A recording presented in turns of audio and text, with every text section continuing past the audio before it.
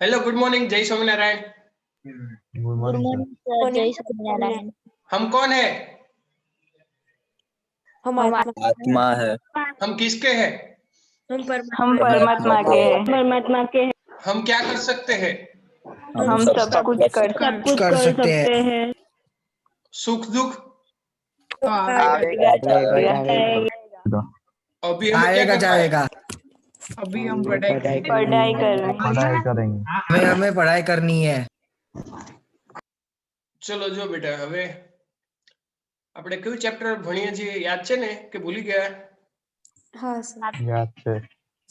7 प्रत्यावर्ती प्रवाह। हाँ, एसी करंट और प्रत्यावर्ती प्रवाह।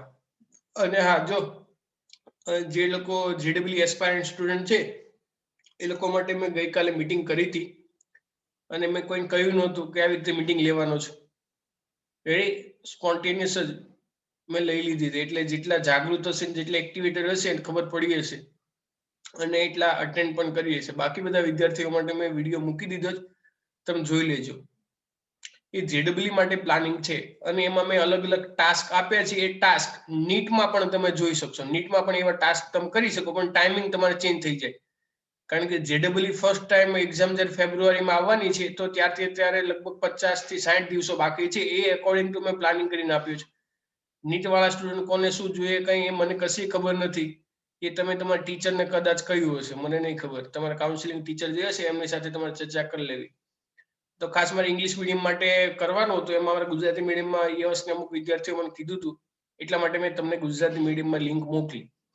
બટ ખાસ તો જે લોકોને જેડબલ્યુ કોમ્પિટિટિવ એક્ઝામ એસ્પાયરન્ટ્સ છે એના માટે છે.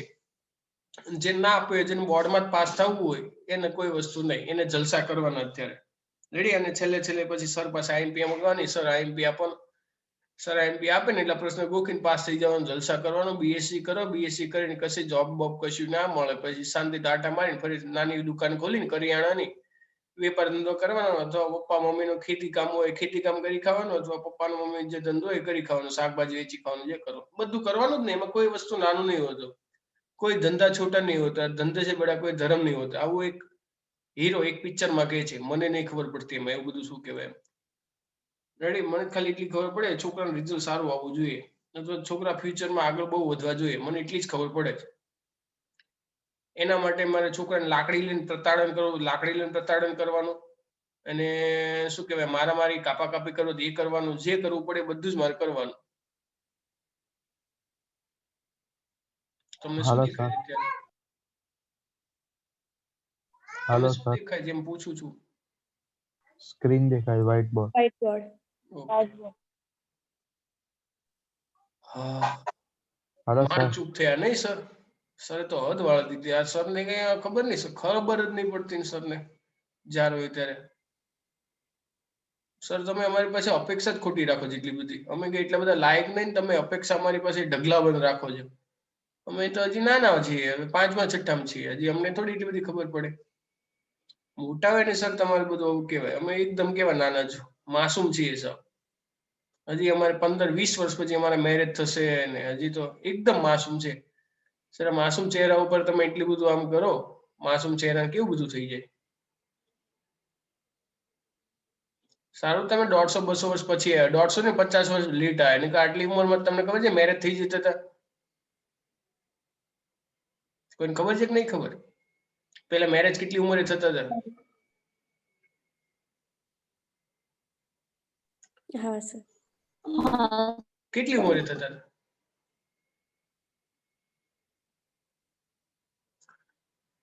ચલો કોઈ વાંધો નહીં. છેલ્લે કયો ટોપિક જોયો તો? કેપેસિટરને લાગુ પડેલ એસી વોલ્ટેજ. ઓકે, કેપેસિટર ને જોયું તો ને? हाँ। ઓકે.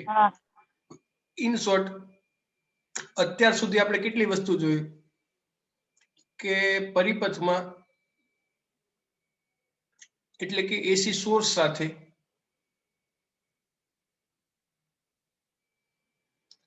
આપણે ઇન્ડિવિજ્યુઅલી ભણ્યા કે એસી સોર્સ સાથે એકવાર આપણે સપોઝ કે અવરોધ જોઈન્ટ કરીએ એસી સોર્સ સાથે, પછી એકવાર આપણે શું જોયું?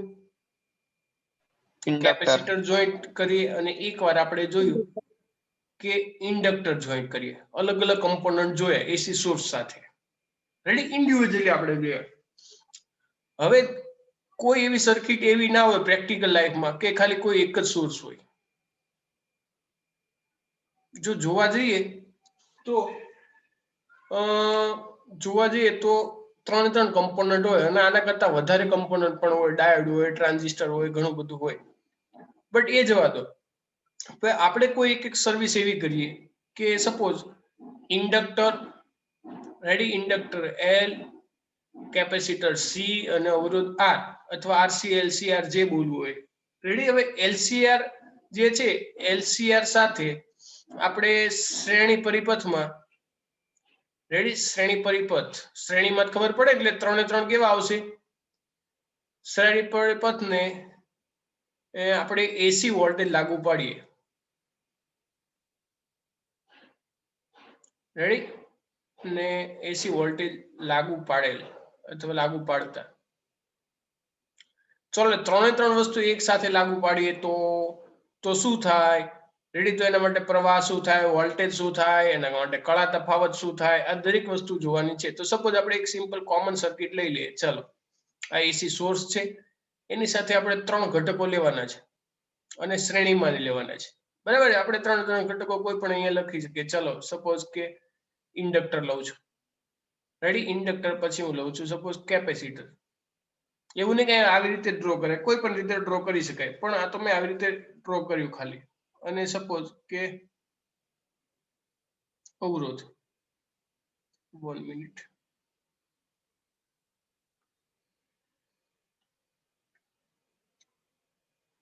અહીંયા અવરોધ લઈ લઉં. આ એલ, આ આર અને શ્રી, 3 કેવા છે બેટા? શ્રેણીમાં. દેખાય છે ને તમને? હા. ઓકે, ચલો, આવી રીતે 3 જોઈન્ટ કર્યા છે અને આ એસી સોર્સ છે. જ્યારે આવું હોય, ચલો, તો આ પરિસ્થિતિ દરમિયાન એલ નું શું થશે, સી નું શું થશે, આર નું શું થશે, એ આપણને ખબર પડવી જોઈએ. કોઈ એક સમયે, રેડી, કેપેસિટર પરનો વિદ્યુતભાર ક્યુ, રેડી, કેપેસિટર પરનો વિદ્યુતભાર કેટલો હોય? ક્યુ.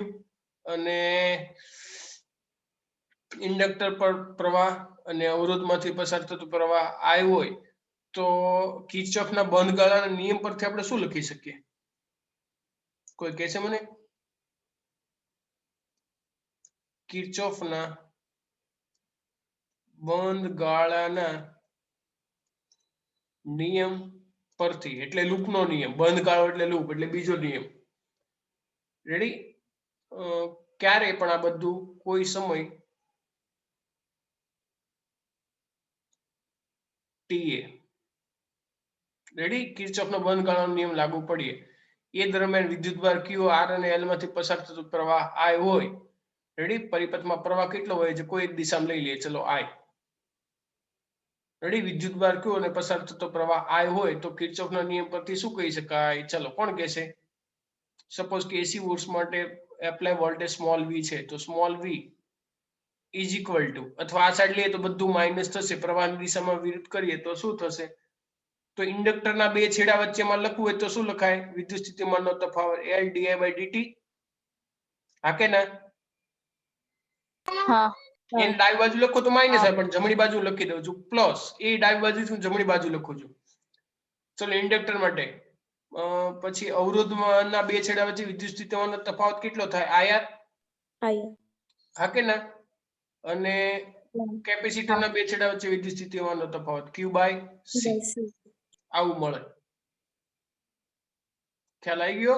જો આપણી પાસે ઇન્ડિવિડ્યુઅલ કિસ્સા હતા ને ત્યારે V - L di/dt only inductor માટે હતો, પછી અવરોધ માટે V બરાબર IR એવું હતું, પછી કેપેસિટર માટે V = Q, V - QC બરાબર 0 અથવા તો V બરાબર Q/C, આવું ઇન્ડિવિડ્યુઅલ હતું. પણ આ 3 વસ્તુ એક સાથે આપણે લીધી.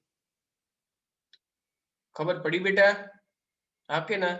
તો ચલો, હવે મને એવો સવાલ થાય કે આનું મારે સોલ્યુશન કઈ રીતે મેળવવું? Ready, how is solution? ચલો, સોલ્યુશન મારે ક્યાંથી લાવવાનું? આપણે પેલા બધા કિસ્સામાં સોલ્યુશન લાવતા હતા, યાદ છે ને? તો આનું સોલ્યુશન બે રીતે મળે છે. એમાંથી એક રીતથી હું કરાવીશ. રેડી. અને બીજી એક રીતથી ઓલ્ડ ટેક્સ્ટ બુકમાં આપ્યું હતું. રેડી. નવી ટેક્સ્ટ બુકમાં નથી એટલે હું નહીં કરાવતો. રેડી. આમાંથી જે પસાર થતો પ્રવાહ હોય ને સંકર પ્રવાહ કહેવાય. આઈ હોય એને કેવો કહેવાય? સંકર. મેથ્સ વાળાને આવે સંકર સંખ્યા, આવે કે ના આવે? આવે સર. એ સંકર સંખ્યા આવે એના ઉપર સંકર પ્રવાહ આવે. પણ એના વિશે અત્યારે કઈ બહુ ડિટેલમાં હું ચર્ચા કરતો નથી. જ્યારે જરૂર પડશે ત્યારે કહીશ. હવે એનું સોલ્યુશન લાવવું કઈ રીતે, એવો મારો સવાલ છે. રેડી. ચલો, એનું સોલ્યુશન કઈ રીતે લવાય, કોઈને અંદાજ છે? ઓકે, કોઈ વાંધો નહીં. ચાલો નેક્સ્ટ પેજમાં. હવે એનું સોલ્યુશન કઈ રીતે લાવવાનું, તો આપણે આગળના કિસ્સામાં સોલ્યુશન કઈ રીતે લાવતા કોઈને યાદ છે? હા કે ના? આગળના બધા કિસ્સામાં આપણે કેવી રીતે સોલ્યુશન લાવ્યા હતા? ફેઝર ડાયાગ્રામની રીતથી યાદ હોય તો. હા. હા કે ના? તો આપણે લખીએ આપેલ પરિપથને ફેઝર ડાયાગ્રામ ની મદદથી સોલ્યુશન લાવતા. પરિપથ તો ખબર છે ને, LCR 3 3 છે એવી રીતે. ચલો ફેઝર ડાયાગ્રામ ડ્રો કરીએ આપણે. હા કે ના? બોલતું નથી કોઈ વિશે. ઓકે, ચલો લેટ્સ ડ્રો ફેઝર ડાયાગ્રામ. ચલો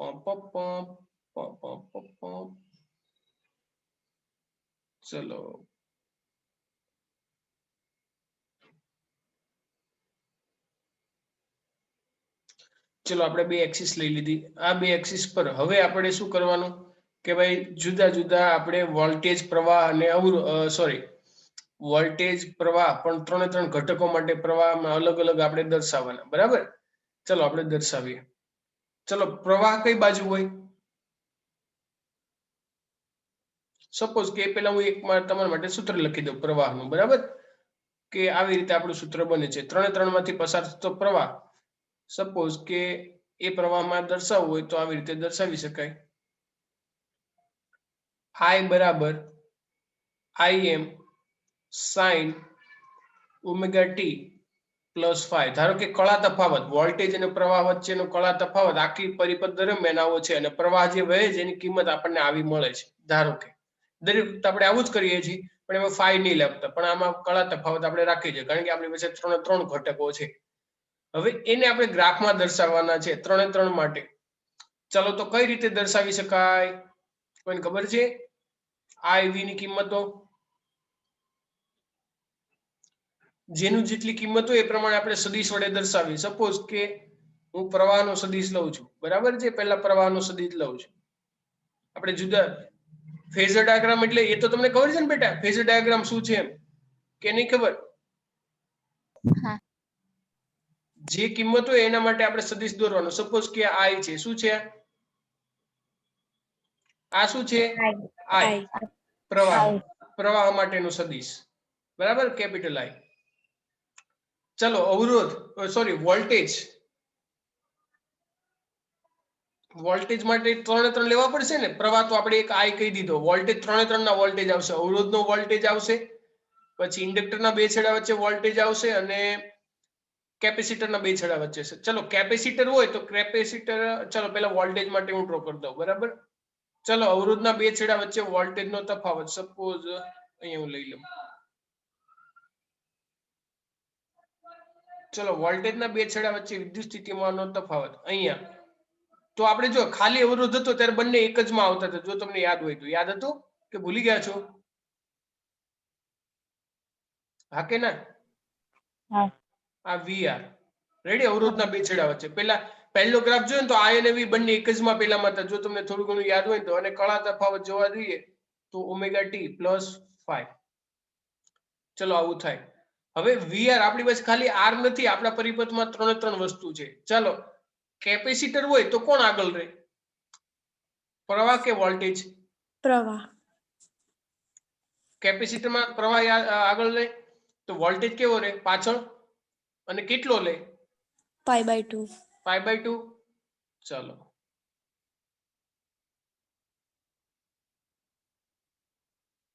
ચલો π/2. ઓકે, અને ઇન્ડક્ટર હોય તો આ શેના માટે છે? કેપેસિટર માટેનો. આપણે લઈ દઈએ VC અને એંગલ થશે π/2. હવે ઇન્ડક્ટર હોય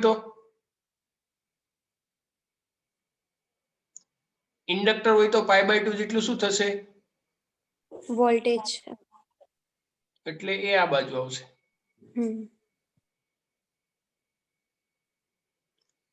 ઓકે, અને એ પણ કેટલું થશે? VR સાથે I સાથે π/2, ધેટ ઇઝ VL. ચલો, બધું એક જ સાથે મેં કર્યું. ચલો, ખબર પડી ગઈ તમને?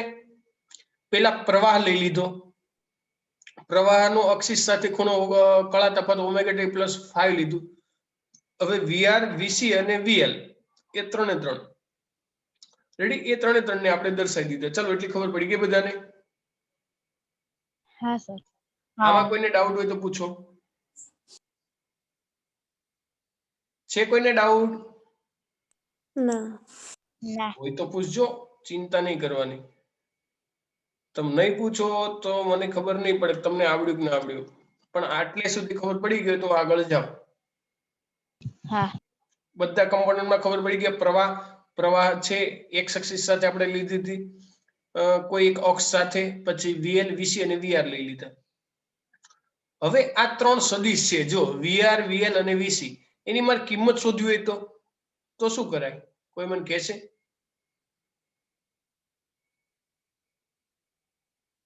ત્રણ સદિશ છે કે નહીં? 3 સદિશ કોઈ પણ હું લઈ લઉં. સપોઝ કે એક સદિશમાં આવી રીતે આમ લીધો. 1 મિનિટ.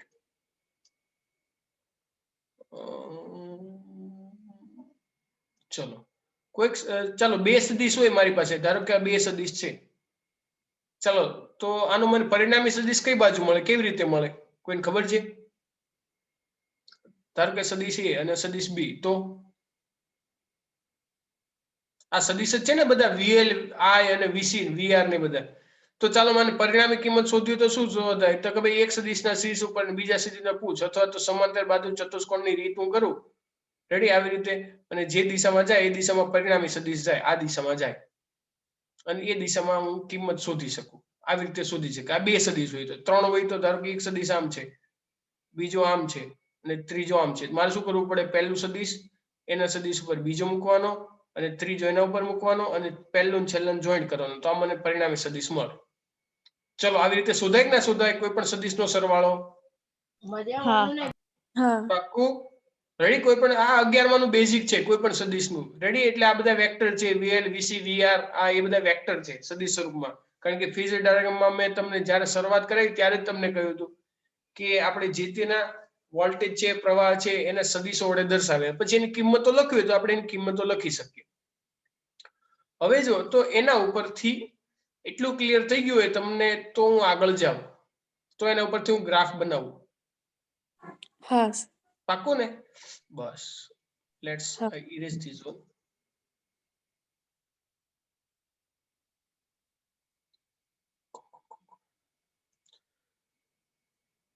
ચલો, જો let's I draw another graph near to me. હું ફાઇનલ ડ્રો એટલે કરું છું ફાઇનલ, કારણ કે આપણને જરૂર છે એટલા માટે.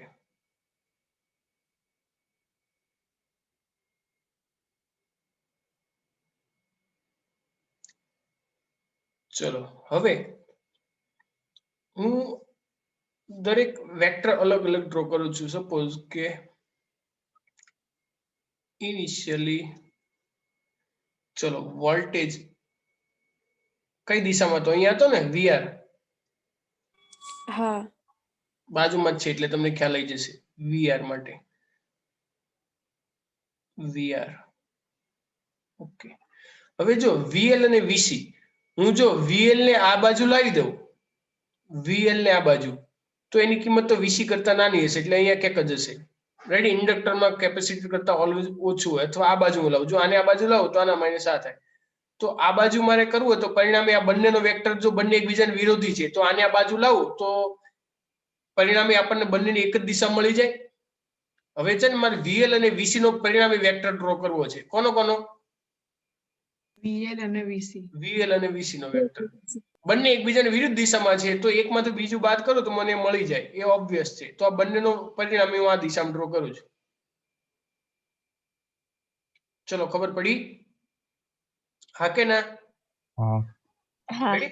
મેં VC અને VL એ મેં અહીંયા લખ્યા VC vector plus VL vector value નથી લખી જો વેલ્યુ લખું તો મારે VC માઇનસ VL એવું કરવું પડે અને વેલ્યુ લખીશ તો શું થશે માઇનસ થશે આ મેં વેક્ટર જ લખ્યા છે બંનેનો પરિણામી વેક્ટર એટલે તમને ખબર પડે કે આવી રીતે થયું ખ્યાલ આવી ગયો હા કે ના ઓકે તો આનો પરિણામી વેક્ટર કઈ દિશામાં જાય કોઈ કહેશે મને ધારો કે પરિણામી વોલ્ટેજ V છે તો પરિણામી કઈ બાજુ જાય તો આનો તમે સદિશ સરવાળાની રીતે આમ કરવા જાવ તો ધારો કે VCVL છે તો એના જેવો જ વેક્ટર હું અહીંયા ડ્રો કરી શકું જો અહીંયા જેવો અહીંયા મેં ડ્રો કર્યો એવો જ હું અહીંયા ડ્રો કરી દઉં ચલો થયું એ ડોક્ટર જેવો મેં વેક્ટર અહીંયા ડ્રો કર્યો તો એવો ને એવો મેં અહીંયા ડ્રો કર્યો ચલો એ ખબર પડી તમને हाँ એવું પેરેલલ તો ત્યાં જ મૂકે ને સમાંતર બાજુ ચતુષ્કોણની રીતમાં એવી રીતે ડ્રો કરી શકાય ને ગ્રીન મૂકવો હોય તો અહીંયા મૂકો પછી બંનેને જોઈન્ટ કરતો કરી દઉં સપોઝ કે હું ગ્રીન ડ્રો કરું પણ ગ્રીન ની જરૂર નથી બટ જો હું ડ્રો કરું તો મારે ગ્રીન ને ક્યાં ડ્રો કરવો પડે અહીંયા આવી રીતે અને પછી પરિણામીમાં ડ્રો કરવું હોય તો પરિણામી હું ક્યાં ડ્રો કરું પરિણામ વેક્ટર હું અહીંથી આમ કરું ને મળી ગયું સમાંતર બાજુ ચતુષ્કોણની રીતથી હા પાકો ને ઓકે હવે જો મારે છે ને ગ્રીન ની જરૂર નથી એટલે હું ગ્રીન કાઢી નાખું છું ખબર પડી ગઈ અને પરિણામી વેક્ટર મને અહીંયા મળ્યો ચલો અહીં સુધી કોઈને કઈ ડાઉટ હોય તો કહી દો અને આ પરિણામીને ધારો કે હું V કહી દઉં શું કહી દઉં V ચલો એટલું ક્લિયર હા કે ના આ VR આ V આ VCVL ને મેં એક જ દિશામાં નહીં લીધા બંને વિરુદ્ધ વિરુદ્ધ દિશામાં હતા એટલે હવે જો આ બાજુનું હું ખાલી વેક્ટર લખું છું જો એની કિંમત મેં લખ્યું હોય તો એની કિંમત શું થઈ જશે VC માઇનસ VL ખ્યાલ આવી ગયો તો શું થઈ જાય VC માઇનસ VL એવું થઈ જશે જ્યારે હજી હમણાં હું કિંમત લખીશ ત્યારે તમને ખબર પડી જશે ચલો પરિણામી અને ખૂણો તમારે શોધવું હોય તો ખબર પડી જાય ને કઈ રીતે શોધાય પરિણામી શોધવું હોય તો ખૂણો ઓમેગા ટી અને પરિણામી જે કળા તફાવત છે એ ફાઈ ચલો ખબર પડી ગઈ સુધી બધાને બેટા હા કે ના હા એટલે મેં કહ્યું કે ધ્યાન આપજો વ્યવસ્થિત પિંક મેં છે ને ઉપરની સાઈડ ડ્રો કર્યું તો પરિણામે મને V અહીંયા મળ્યો આવી રીતે હવે હું એની કિંમતો લખીશ અહીં સુધી યાદ રાખજો અહીં સુધી ખબર પડી ગઈ ને કે નહીં ખબર પડી હા હા સર ઓકે ચલો જો VL VC VR ને બધું શું છે ખબર છે ને લખવું હોય તો તમે લખી શકો અહીં ચલો આ પહેલી ફિગર પરથી મારે કઈ લખવું હોય તો શું શું લખાય કઈ કઈ માહિતી તમે આપી શકો બોલો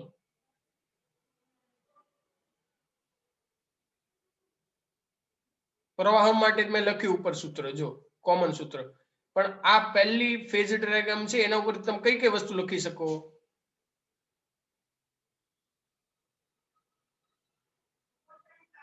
બોલો બોલો જલ્દી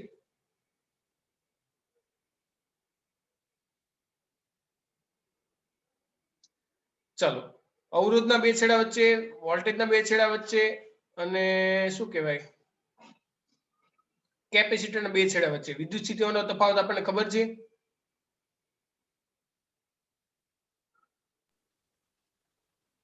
હા કે ના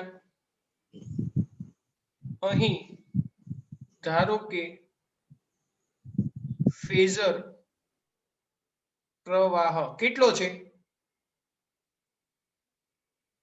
ફેઝર પ્રવાહ કેટલો છે I છે કે નહીં હા હા I વેક્ટર વડે આપણે દર્શાવ્યો છે હા ચલો એવી રીતે હવે તમે 3 3 માટે લખી શકો હા સર ઓકે ઇન્ડક્ટર અવરોધ અને કેપેસિટરના બે છેડા વચ્ચે વોલ્ટેજ અનુક્રમે ચલો કેટલા થશે? ઇન્ડક્ટરના બે છેડા વચ્ચે આપણે વોલ્ટેજને શું કહ્યું છે? VL. હા કે ના? હા હા જો તમે ફિગરમાં એટલે તમને જ ખ્યાલ આવશે. હું કહું છું એટલે નહીં, તમે જોશો તો ખ્યાલ આવી જશે. છે ને?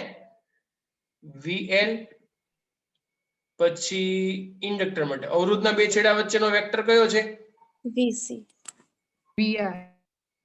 VR. અવરોધના બે છેડા વચ્ચે VR. અને કેપેસિટરના બે છેડા વચ્ચે કયો છે? VC. VC.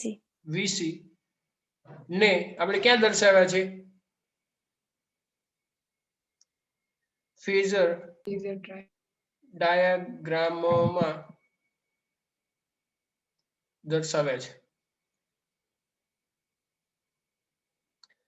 ચલો એટલું ક્લિયર? હા અહીં સુધી કોઈને? ચલો હવે પ્રવાહ, આના ઉપરથી પ્રવાહ એ ઇન્ડક્ટરમાં જોવા જઈએ તો કેટલો આગળ છે? તમે કહી શકો? અથવા કોણ પાછળ છે? બોલો.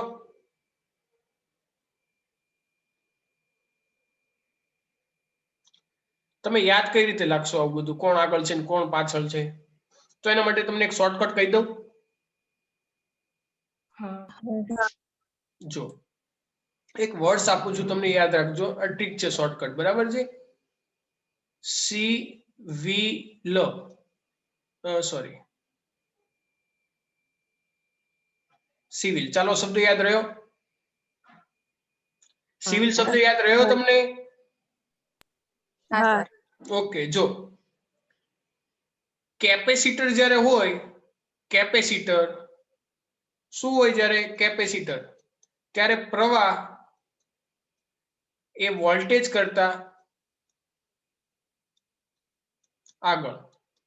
એટલે તમે સ્પેલિંગ ની શરૂઆત અહીંથી કરો છો. રેડી? અહીંથી. તો પહેલા કોણ આવે છે? આઈ કે વી? I. આઈ આવે ને એટલે મેં લખ્યું પ્રવાહ એ વોલ્ટેજ કરતા કેવો છે? આગળ. જ્યારે કેપેસિટર સર્કિટમાં હોય ત્યારે. રેડી? હવે એવું વાત થાય કે જ્યારે ઇન્ડક્ટર હોય તો એસી સોર્સ સાથે હો ને, એસી સોર્સ સાથેની વાત છે. એસી સોર્સ સાથે ઇન્ડક્ટર હોઈ શકે. જો અવરોધ હોય તો બંને સાથે જ હોવાના છે. હા રેડી? આ એલ ની વાત છે. ધારો કે એલ નથી, કેપેસિટર છે. રેડી? સમાંતર નહીં કરતો, ખબર પડી? આ બંધ કરી દઉં છું ખાલી અહીંથી આ. ચલો હવે જ્યારે ઇન્ડક્ટર હોય ત્યારે ઇન્ડક્ટરમાં પ્રવાહ એ વોલ્ટેજ કરતા કેવું હોય? પાછળ. પાછળથી શરૂઆત કરી છે ને, આ પાછળથી શરૂઆત કરી એટલે પાછળ હશે. એનો મતલબ કે તો આગળ કોણ હશે? વોલ્ટેજ. ઓકે, વોલ્ટેજ આગળ હશે. ચલો ખબર પડી ગઈ? હા કે ના? હા. હવે એવો સવાલ છે કે ચલો હવે આ બંને હોય તો એટ અ ટાઈમ.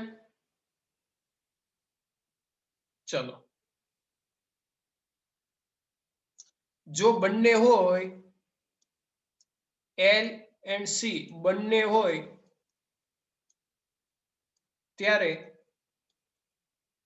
જેની કિંમત વધુ એ બાજુથી લખવું અથવા તો નક્કી કરવું. લખવું કરતા આ શબ્દ સારો લાગે, નક્કી કરવું. સપોઝ સી અને એલ છે. રેડી? તો એનો મતલબ કે સી માટે લખવું હોય તો એક્સી લખાય અને એલ માટે લખવું હોય તો શું લખાય? એક્સએલ. એવું લખાય ને? ઇન્ડક્ટિવ રિએક્ટન્સ ને ઇન્ડક્ટિવ કેપેસિટન્સ. હા કે ના? રેડી? તો બે શરત થાય, કાં તો એક્સસી ગ્રેટર ધેન એક્સએલ હોય અથવા તો એક્સસી લેસ ધેન એક્સએલ હોય. તો આમાંથી જે વસ્તુ મોટી એના ઉપર તૈયાર હોય. સપોઝ કે પહેલી કન્ડિશન હોય XC is greater than XL, તો તમે શું લખશો? કેપેસિટર મોટું થયું ને? હા. પ્રવાહ તો વધારે. એ પરિસ્થિતિ એમ તમારે આ પરિસ્થિતિ લખવાની, પ્રવાહ વોલ્ટેજ કરતા આગળ હશે. અને સપોઝ સેકન્ડ કન્ડિશન છે, ઇન્ડક્ટિવ રિએક્ટન્સ એ કેપેસિટિવ કરતા મોટો છે. તો તમારે અહીંથી શરૂઆત કરવાની. તો I એના કરતા પાછળ, તો વોલ્ટેજ એના કરતા કેવો થશે? આગળ થશે. ચલો ખબર પડી ગઈ? હા કે ના? હવે એવું વાત આવે કે કેટલો આગળ ને કેટલો પાછળ, કદાચ તફાવત કેટલો હશે? તો ખાલી એક એક કમ્પોનન્ટ હોય તો π/2 થાય. એક જ કમ્પોનન્ટ હોય કે ધારો કે ખાલી કેપેસિટર ને સોર્સ છે અથવા ખાલી ઇન્ડક્ટર ને છે તો π/2 જેટલો જ થાય, જે હમણાં આપણે કર્યું. પણ બધું ભેગું હોય તો ડેલ્ટા જેટલો આપણે કહી શકીએ. કેટલો? ડેલ્ટા. એટલે જે તે કિંમત આ વેરિયેબલ છે. ચલો ખબર પડી ગઈ? ઓનલી હા સર. સી અથવા તો એલ હોય ત્યારે π/2 ને દરેક ઘટક હોય ત્યારે ડેલ્ટા. ખ્યાલ આવી ગયો? અને ડેલ્ટાની કિંમત શોધવી પડે. 30, 35, 40 અલગ અલગ હોય, પણ ખાલી બે જ ઘટક હોય તો આવું થાય. ચલો આવડશે? હા. આ મેં તમને કહી છે, આ તમે પૃથ્વીના કોઈ પણ ખૂણામાં શોધી લો, જાઓ, તમને ક્યાંય આવી શોર્ટકટ નહીં મળે.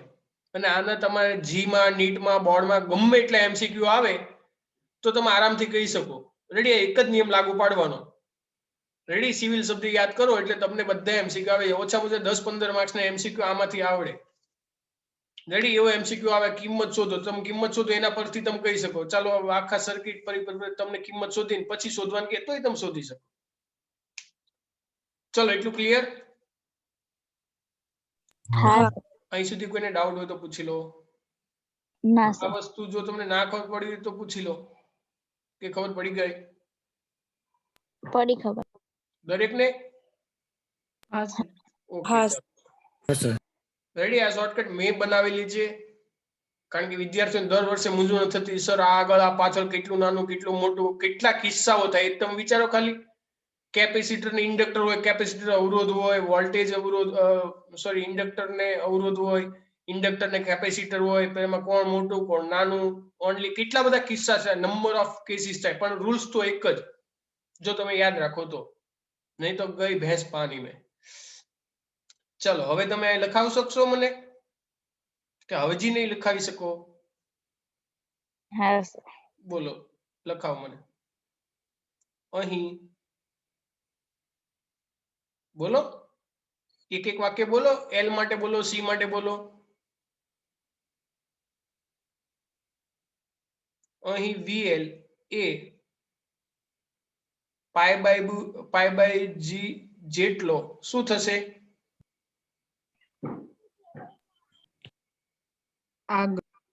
આગળ. આગળ.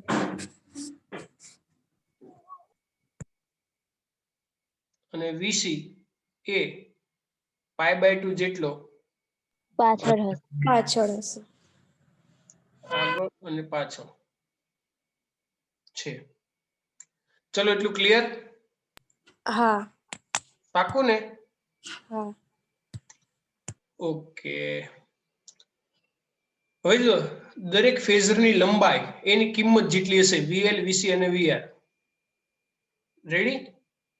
અહીં VL, VC અને VR વેક્ટર, એને શું કહેવાય? ફેઝર. ફેઝરની લંબાઈ, ફેઝરોની લંબાઈ કેટલી હશે? બોલો. ની કિંમત જે. કિંમત લંબાઈના કંપ વિસ્તાર, એટલે કિંમત થઈ ને, કંપ વિસ્તાર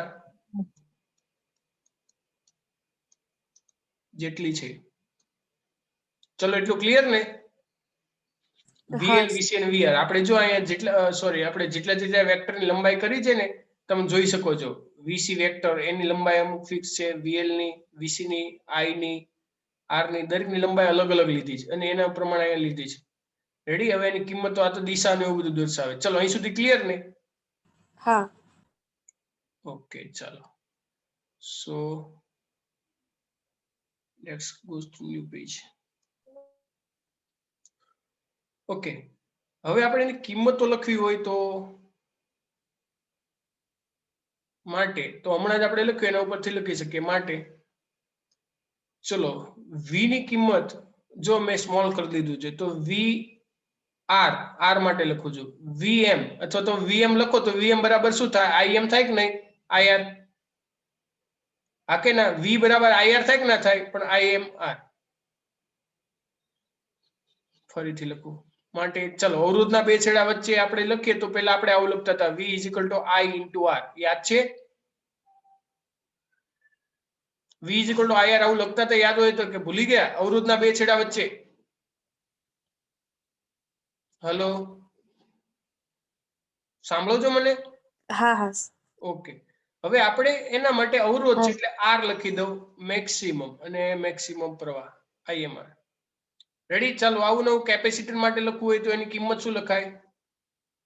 VCM બરાબર શું થશે? IM. જ્યારે કેપેસિટર હોય ત્યારે આપણે શું લખીએ? XC. અને હા. એવું ને એવું આપણે શેના માટે લખી શકીએ? ઇન્ડક્ટર માટે હા VLM. XL. Yes, IM XL. X. એટલે મેં કહ્યું તું બધું યાદ રાખજો, બધું એક સાથે આવશે. આ બધું એક સાથે આવ્યું. ચલો એટલું ક્લિયર? હા કે ના? હા સર. અને ગ્રાફ પરથી કહી શકાય કે ગ્રાફ પરથી શું કહી શકીએ આપણે? VL plus VC plus VR = V. હા કે ના? ગ્રાફ જોયું છે ને કે નહીં જોયો? હા જો આ ગ્રાફમાં સપોઝ કે આપણે કિંમતો લખવી તો હું કિંમતો લખું તો તમને ખબર પડે કોની કિંમત ક્યાં શું આવશે. રેડી? બીજા ગ્રાફમાં હું લખું છું એટલે તમને ખબર પડી જશે કઈ વસ્તુ ક્યાં આવે છે. Let's I am use another colour. Red is okay. Okay, ચલો ફાઇનલી વેક્ટર કયો છે? ફાઇનલી વેક્ટર કયો છે? V. વી. V ને? હા પાક્કું? હા. હા ઓકે, એનો મતલબ કે આ જે કિંમત મળશે આને હું V એમ કહી દઉં, V મેક્સિમમ. હા કે ના? ફાઇનલ વેક્ટર ને V મેક્સિમમ. હા. અવરોધ અવરોધ માટે કયો હતો? અહીંયા ને? હા VRM. બરાબર છે? અને આ બંનેનું પરિણામી કિંમત જો લખું તો આ શું થઈ જશે? VCM - VLM. ચલો ખબર પડી ગઈ? હા કારણ કે અહીંયા આમાંથી આપણે જો VC માંથી VL જેટલું બાદ કર્યું હતું. અહીંયા જો આ VC છે અને એમાંથી એટલું કરું તો આ VC થાય. તો આટલી કિંમત જોવા જઈએ તો આટલી કિંમત શું થાય? VC - VL થાય ને? તો એને અકોર્ડિંગ તો વેક્ટર આપણે અહીંયા લખ્યું VCM - VLM. ઓકે, આ VRM થયું અને V મેક્સિમમ થયું. ચલો એટલું ક્લિયર? હા સર. પાક્કું ને? હા. ઓકે, એટલે મેં છે ને પહેલા આવું બધું નહોતું લખ્યું એટલે હવે લખ્યું મેં. અને જો હું અહીંયા ડ્રો કરું સપોઝ, ચલો તો હવે તો મને યાદ અપાવશો શું આવશે, ક્યાં કઈ વસ્તુ આવશે? રફમાં મને મજા નહીં આવતું, ફરીથી માં ડ્રો કરવો પડશે ગ્રાફ.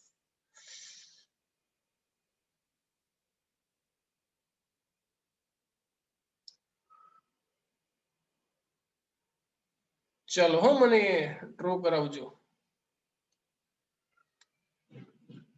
ચલો અહીંયા કયો વેક્ટર હતો? VR. Okay, VR vector capital. હું વેક્ટર બોલું એટલે કે કેપિટલ થાય ખબર પડી ને? તમારા પર સદિશ નિશાન કરો તોય ચાલે અથવા તમે બોલ્ડ લખો તોય ચાલે. હું બોલી દઉં છું વેક્ટર. ચલો, અને બીજો અનધર વેક્ટર હતો જો તમને યાદ હોય તો. અહીંયા એક વેક્ટર હતો. કયો વેક્ટર હતો? VC + VR. Yes, VC + VL. Vector છે એટલે સદિશ કરવું પડે. ચાલો બધાનો પરિણામી આપણને ક્યાં મળતો હતો? પરિણામી વેક્ટર બેની વચ્ચે. અહીંયા હમ હે ને? હા V. ઓકે, હા. જેને આપણે શેના વડે દર્શાવતા હતા? પરિણામી V. V. ઓકે, હવે જો આપણે એની કિંમતો લખી હોય તો કિંમતો તમને યાદ જ હશે આપણે કઈ રીતે લખતા હતા. આ શું હતું? આ કઈ વસ્તુ છે? VRM. VRM small. એની કિંમત લખી, ખબર પડી ને? જો VRM આ અહીં છે અને આ કિંમત કેટલી થશે?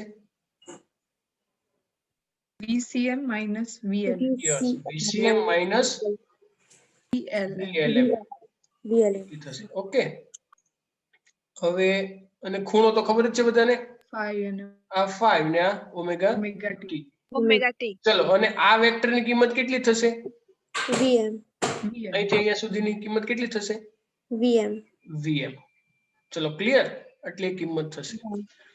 ચલો એટલી ખબર પડી ગઈ ને બધાને? હા સર. ડાઉટ હોય તો પૂછી લો.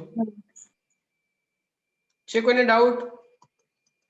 ના અને સમીકરણ આપણે લખીએ તો ખબર પડી ગઈ ને, vc plus vl plus v total. હા. અને સદિશ માટે લખવું હોય તો Capital V. રેડી, એને આપણે કહી દઈએ ઉર્ધ્વ, શું કહી દઈએ? રેડ પેન લઈ લેવા દો પેલા. યસ. અને આ ઉપરાંત આપણે કઈ રીતે લખી શકીએ? vl vector plus vr vector or vc vector plus vc is equal two capital V. આવી રીતે પણ લખાય. રેડી, આ ઘટકો છે. રેડી? હા કે ના? ઘટકો સ્વરૂપમાં કહી દે, ઘટકો અથવા તો એની કિંમતોના સ્વરૂપમાં આપણે ઘટકોના સ્વરૂપમાં એવી રીતે પણ લખી શકાય. ચલો હવે આકૃતિ પરથી આપણે શું કહી શકીએ? ગ્રાફ પરથી ધારો કે પાયથાગોરસનો નિયમ વાપરો તો તમને શું મળે?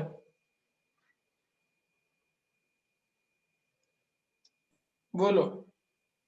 અથવા તો ઉપરોક્ત કાટકોણ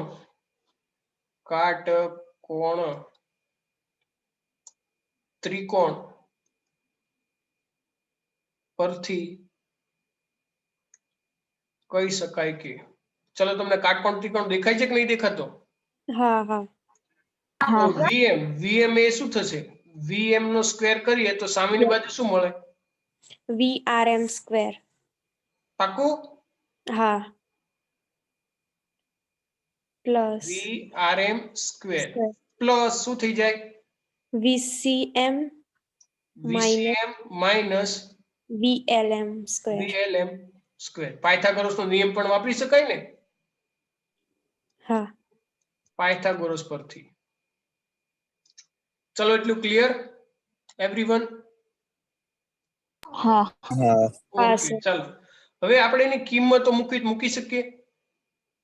VCM ની બધી કિંમતો છે જો આપણી પાસે છે ને, VCM VRM VIM મૂકીએ કિંમતો આપણે. હા ચલો એ કિંમતો મૂકી દઈએ. VCM VRM અને VLM ની કિંમતો મૂકતા. ચલો મુખ્ય કિંમતો તો શું થશે? આ બાજુ તો vm સ્ક્વેર જ રહેશે, મેક્સિમમ નો સ્ક્વેર. આ બાજુ શું થશે? im square plus im xc minus im xl નો હોલ સ્ક્વેર. આવું થાય કે ના થાય? આમાંથી im કોમન કાઢી લઈએ. જો સોરી, અહીં સ્મોલ આવશે, સ્મોલ im આવશે, મેં કેપિટલ કર્યું. Ready, it is small. ચલો im સ્ક્વેર મેં કોમન કાઢી લીધો, બરાબર? તો વધશે શું? R square r square plus xc minus xl square whole square. ચલો આવું થયું ઇઝ ઇક્વલ ટુ શું થયું? vm square. હા કે ના? આના ઉપરથી im સ્ક્વેર ને હું કરતા બનાવી દઉં તો im square is equal two શું થઈ જાય? તો vm square upon r square plus minus xc minus xl. નો હોલ સ્ક્વેર. ચલો બંને સાઈડ થી રૂટ કાઢું તો શું વધે? im is equal two vm. નીચેની સાઈડ આખાનું રૂટ નીકળશે. જો પાછા તમે પાછું અડધા ના કરતો, એટલે આખું r square plus xc minus xl square. ચલો ખબર પડી ગઈ? હા સર. યાદ રાખશો? હા પાક્કું ને? હા હવે ધારો કે નીચે જો આ r શું છે? અવરોધના ઘટકોનો અવરોધ. xc શું છે? ઇમ્પેડન્સ કેપેસિટર માટે. અને xl શું છે? Inductive reactance. રેડી, આ કેપેસિટિવ રિએક્ટન્સ મતલબમાં ત્રણે ત્રણ અવરોધ છે. જો આ બાજુ પ્રવાહ છે, આ વોલ્ટેજ છે, તો નીચે શું આવવું જોઈએ? અવરોધ. હા કે ના? તો હા. એના માટે હું આવી રીતે લખી શકું IM is equal to VM by Z. Ready? કે જ્યાં Z is equal to શું થઈ જાય? Under route R square plus x² plus XA minus XL આખાનો whole square. Square. જ્યાં Z ને ઇમ્પિડન્સ અથવા ઇમ્પેડન્સ કહે છે. ચલો ક્લિયર એટલું? હા સર. હા સર. દરેકને હા. ના ખબર પડી તો પૂછી લો હજી. પડી ગઈ ખબર. પાક્કું ને? હા સર. ઓકે ચલો.